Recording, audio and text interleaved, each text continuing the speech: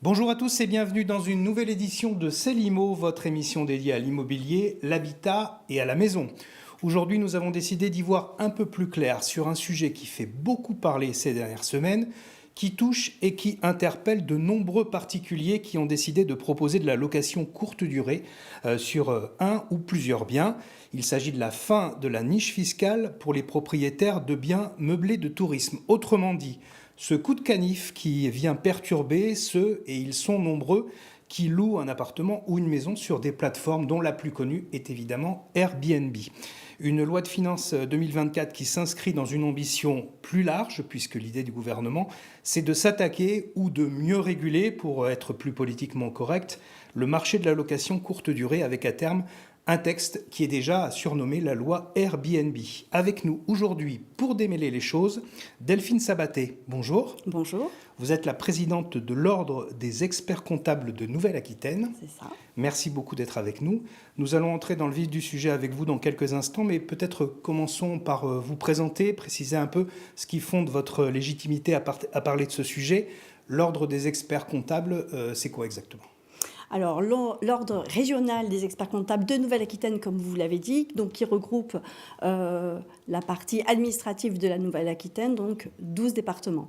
La mission de l'ordre, c'est d'organiser et de réguler la profession d'expert comptable. Et donc, pour ma part, je m'occupe de la région de Nouvelle-Aquitaine. Combien fédère-t-elle de professionnels dans notre région ? Sur la Nouvelle-Aquitaine, nous avons à peu près 1793 confrères. Donc c'est une structure qui est basée à Bordeaux, mais qui couvre, vous l'avez dit, toute la région, et qui donc fédère tous les experts comptables de notre région, c'est ça. Avec l'ambition, c'est quoi exactement d'un ordre comme le vôtre ? On connaît l'ordre des avocats, l'ordre des notaires, un peu moins celui des experts comptables.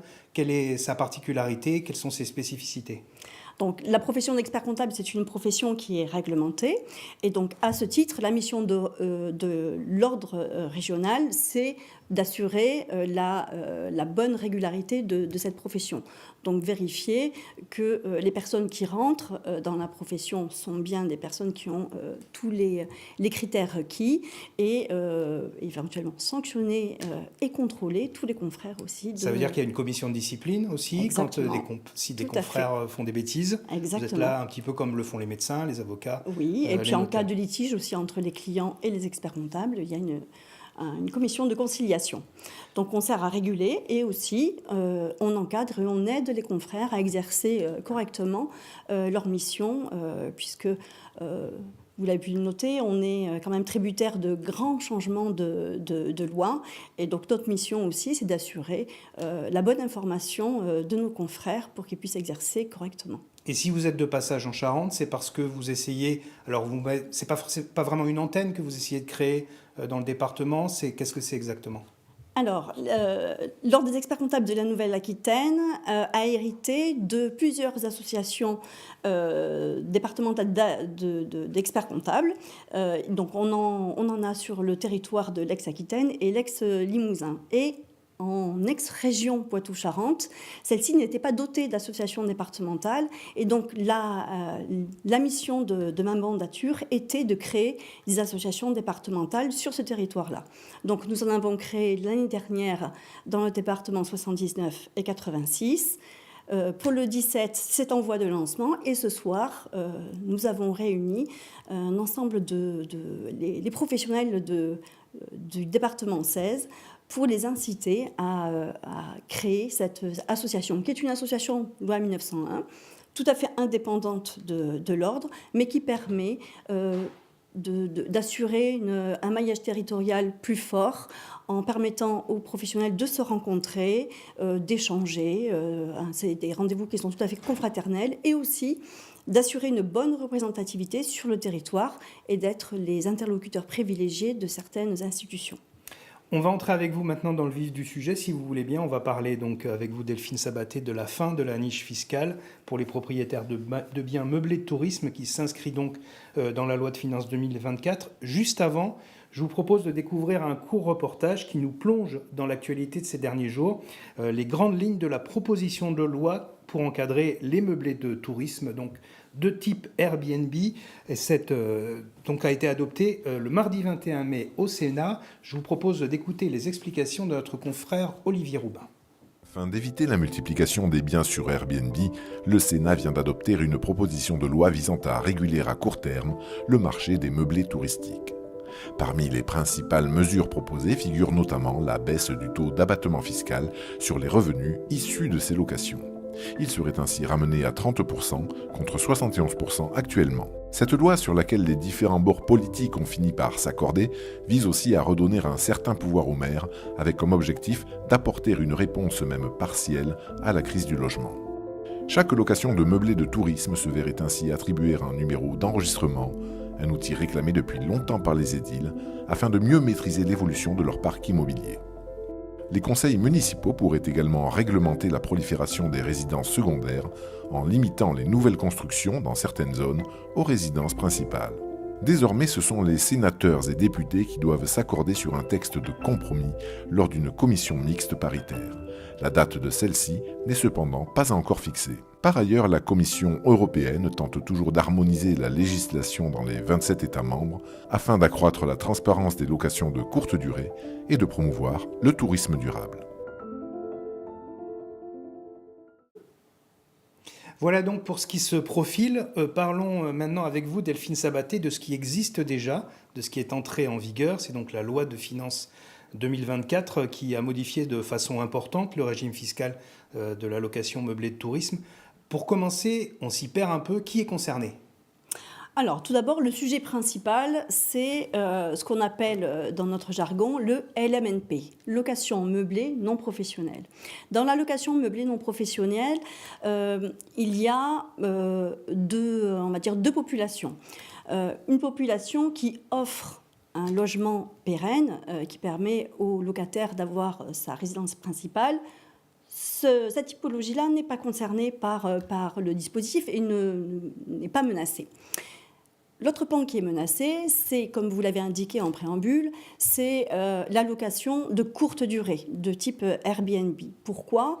Parce que on se rend compte qu'en France et sur notre territoire aussi, puisqu'on a quand même une façade atlantique qui est quand même bien importante sur la région de la Nouvelle-Aquitaine, le grand nombre de logements échappent en fait à la location pérenne et est affecté à la location de courte durée. Pour dire les choses simplement, il n'y a pas assez de logements pour les gens qui vivent toute l'année sur place. Exactement. Et un peu trop pour les touristes qui viennent sur des périodes de courte durée. Et notamment, voilà, dans toutes les zones touristiques, on se rend compte une chose, c'est que les locaux ont énormément de mal à se loger, soit parce que les loyers sont totalement prohibitifs, soit parce qu'il y a, et bien souvent, il y a un manque de logements pérennes. Voilà. Alors ça, c'est pour les zones qui sont, on va dire, tendues. Il y a des zones non tendues. Je crois qu'en Charente, d'ailleurs, on n'est pas en zone tendue. On est concerné quand même ou pas par ce projet de loi, par cette loi de finances 2024 ? Alors, ce sont ce sont tous les meubles,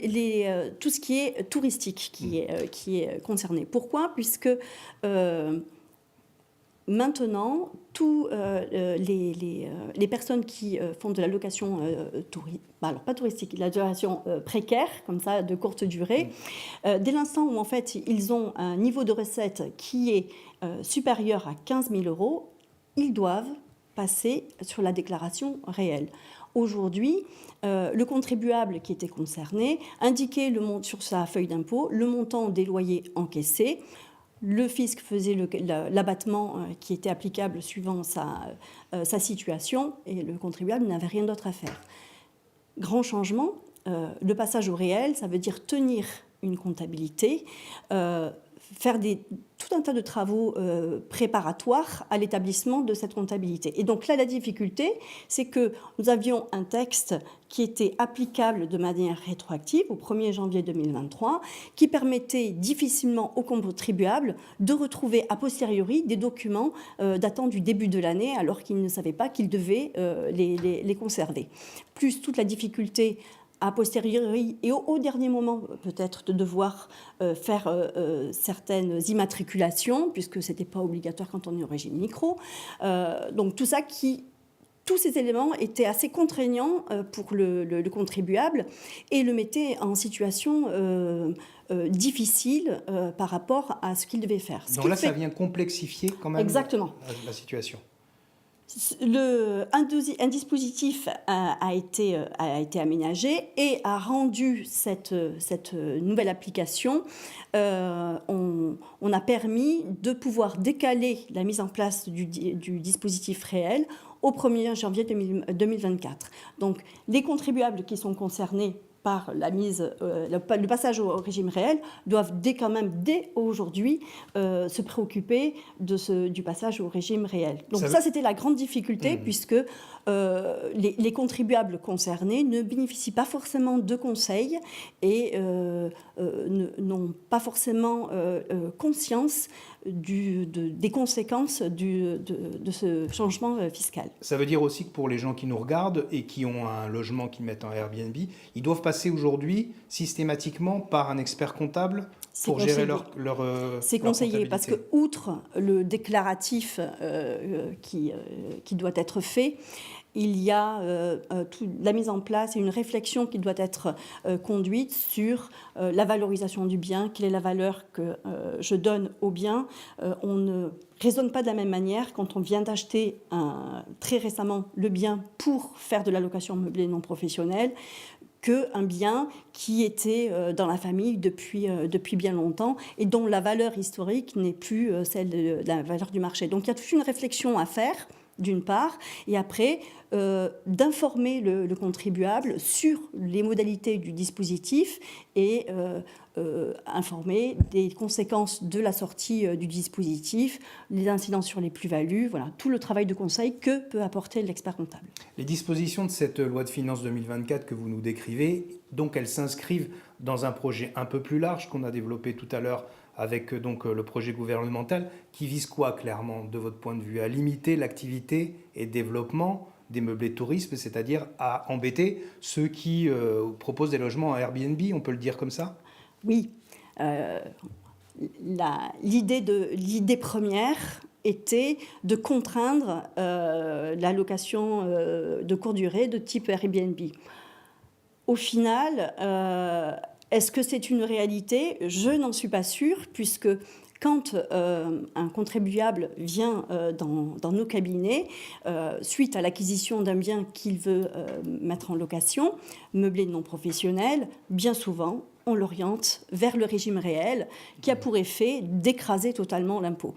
Donc, c'est une contrainte pour le contribuable, puisque s'il n'est pas au courant, il se met en irrégularité. Par contre, fiscalement, bien souvent, c'est pas une généralité, mais bien souvent, le régime réel écrase l'impôt et est plus intéressant fiscalement. Donc, au final, c'est plus un effet d'annonce, mais si on veut faire rentrer de l'argent dans les caisses de l'État, je ne suis pas sûre que ce soit la meilleure des mesures. Alors, si ce n'est pas la meilleure des mesures, vous préconisez quoi? Quel pourrait être quel conseil vous pouvez donner ou qu'est-ce que vous envisageriez, vous, de votre Alors, côté? moi, je pense qu'on prend le sujet du mauvais côté. La problématique que vous avez soulevée, c'est une problématique du logement. Aujourd'hui, on est en déficit de logement pérenne. Ce n'est pas un dispositif fiscal, ce dispositif fiscal pour les LMNP qui, à mon sens, du coup, n'est pas une grande contrainte, qui va libérer les logements et faire que le parc locatif du logement pérenne va être plus grand. Loin de là, je pense qu'il faudrait plus s'attaquer au logement nu, qui aujourd'hui est très fortement taxé. Il y a une taxation de l'impôt sur le revenu, plus une CSG-CRDS de l'ordre de 17,20%, ce qui fait qu'on arrive très vite à une taxation de plus de 30%, ce qui est quand même important. Et aujourd'hui, quelqu'un qui veut faire de l'immobilier, qui veut investit de facto sur le LMNP, location meublée non professionnelle, plutôt que du logement nu, parce qu'il est fortement taxé. Si on facilitait l'accès du logement, de la location du logement nu, je pense qu'on répondrait à cette problématique. Pour ce faire, il faudrait moins taxer ces logements nus. Donc du coup, peut-être, pourquoi pas, ce que l'Institut Sophos préconise, voilà, c'est d'appliquer la même calcul un petit peu détermination du bénéfice que les LMNP. Ou alors réduire, conserver ce revenu foncier tel qu'il est fait aujourd'hui, mais en allégeant la taxation. Si je vous suis bien, j'essaie de résumer, ça veut dire qu'il faudrait plutôt réduire les taxes des biens en location non meublés et de longue durée pour favoriser l'accès au logement pour tous, c'est un peu ça Oui. Vous essayez de nous dire? Oui. Bien sûr, je pense que c'est ça qui faciliterait la libération de ce parc locatif. Aujourd'hui, on a un grand besoin de logements. On a une loi aussi qui a été contraignante sur les DPE, qui va sortir du parc locatif des biens avec un DPE totalement défavorable à partir du 1er janvier 2025.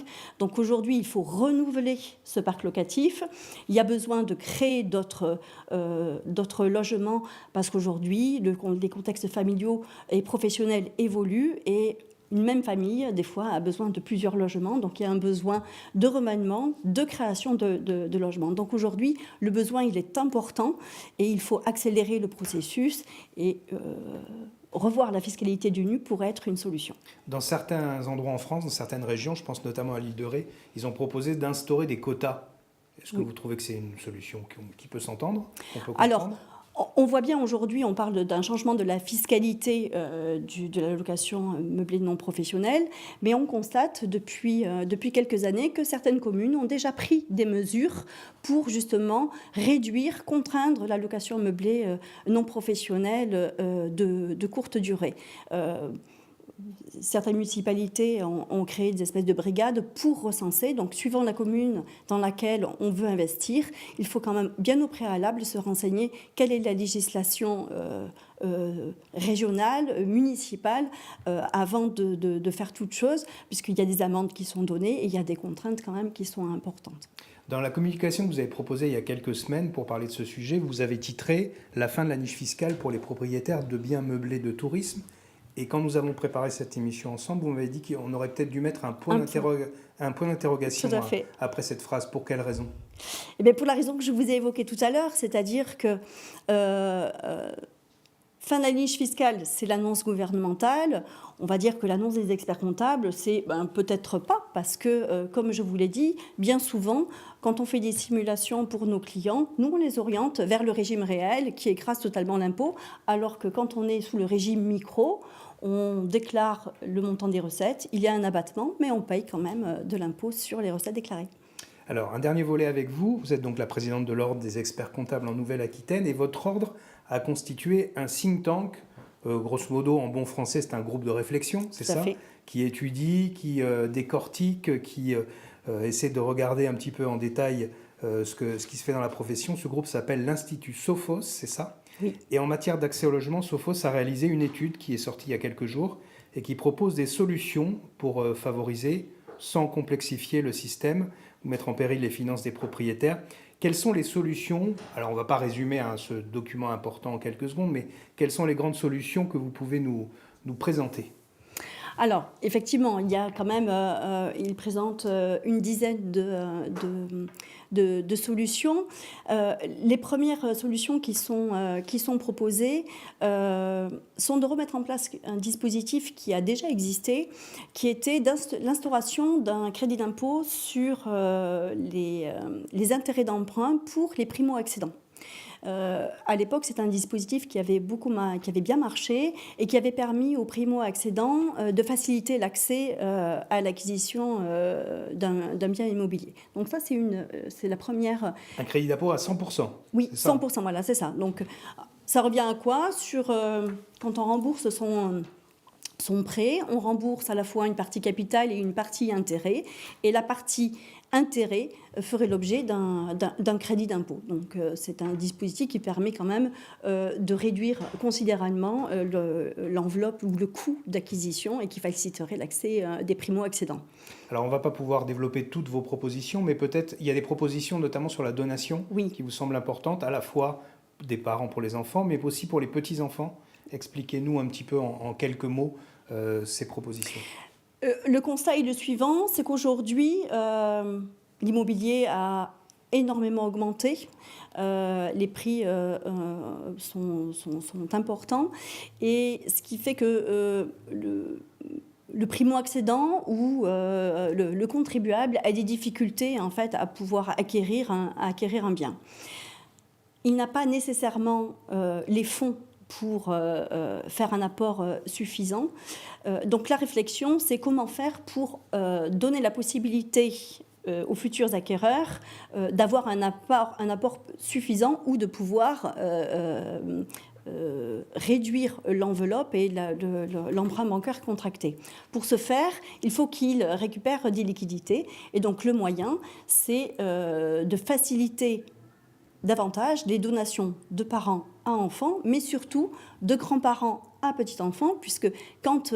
ça n'existe pas, ça, ou ça existe? Ça existe, déjà. mais augmenter les seuils. Voilà, parce que les seuils, aujourd'hui, ils sont bien, mais il faudrait faciliter les donations pour que les enveloppes soient plus conséquentes et permettre l'acquisition des biens. Merci beaucoup Delphine Sabaté d'avoir répondu à nos questions et merci à tous de nous avoir suivis. C'est déjà la fin de cette émission. Merci de nous avoir suivis donc, et à bientôt sur le plateau de Charente Libre. Bonne journée à tous.